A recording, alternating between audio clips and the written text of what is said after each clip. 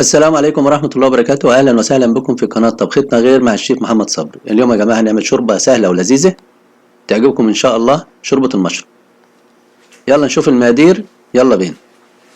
معانا 30 جرام من الزبدة، نص معلقة من الفلفل الأبيض، ربع كوب من الكريمة، ملح، معلقتين من الطحين، حبة ونص من البصل المفروم، 7 حبات من المشروم الفريش. هنبتدي يا جماعة نقطع المشروم. طبعا يا جماعة المشروم الفريش بيبقى ألذ طبعا من المشروم اللي هو المفرز أو المعلب،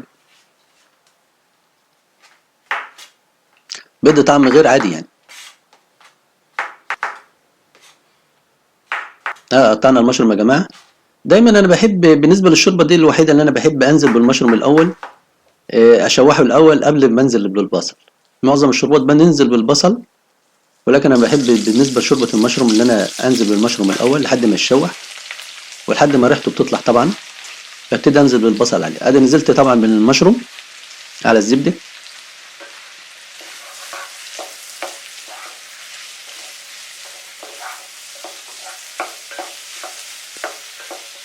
ادي طبعا المشروم بدا يتشوح كده. طبعا يا جماعه هو ريحته طلعت بصراحه. انا ببتدي انزل عليه بالبصل.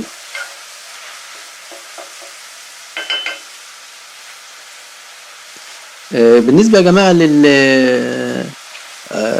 طبعا احنا بنحط عليها كريمة بسيطة. ممكن تتعمل بدون كريمة عادي، ما فيش أي مشكلة. يعني نزلنا عليها بالبصل اهي.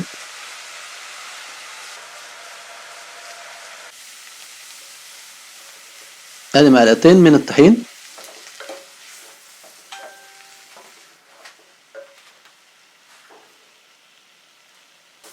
الطحين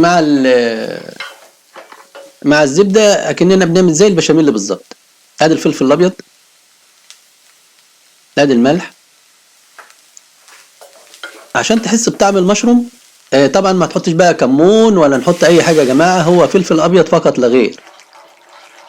طبعا بننزل عليها تقريبا بكوبين من المية، او ممكن نحط عليها بردك كوبين من مرق الدجاج، او اللي عندوش شوربة مرق الدجاج نحط عليه مرق دجاج عادي، ونسيبه لما يتشوح. طبعا يا جماعه بعمله بالبصل، ما بتحطش عليه توم، ما بتحطش عليه اي بهارات تانية غير الفلفل الابيض فقط لا غير. ادي ربع كوب من الكريمه.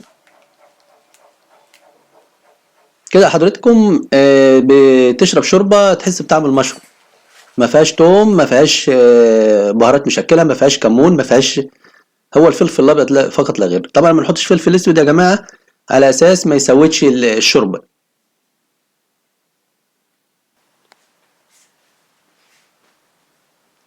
طبعا شوربتنا خلصت يا جماعه، ضربناها بالهاند بلندر.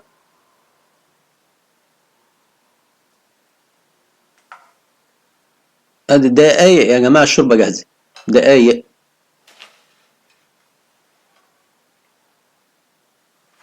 ادي شوربه المشروم يا جماعه خلصت، بالهنا والشفا.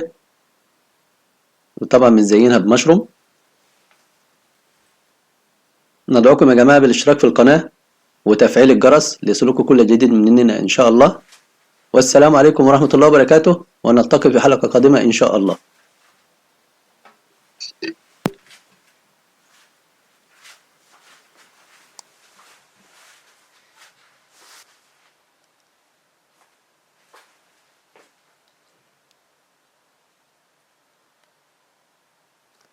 إن أعجبك الفيديو لا تنسى الإعجاب والاشتراك في القناة.